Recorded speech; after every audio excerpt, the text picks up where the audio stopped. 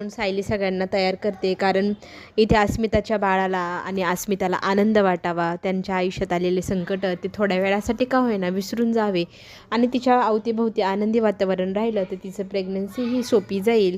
आणि असं म्हणत आपली सायली सगळ्या घरातल्यांना न्यू इयरची पार्टी करायला तयार करते. प्रतापही ह्या सगळ्यांना होकार देतो. आजीही म्हणते अस्मितासाठी थोडा बदल हवा म्हणून आपण पार्टी करूया.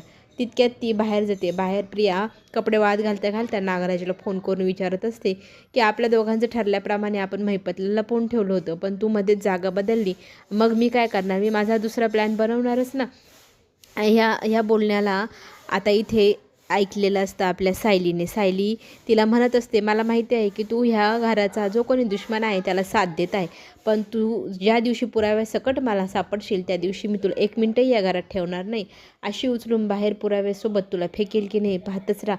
तुझ्या ह्या घरातले थोडेच दिवस शिल्लक राहिले, अशी धमकी ही सायलीने दिली आपल्या प्रियाला.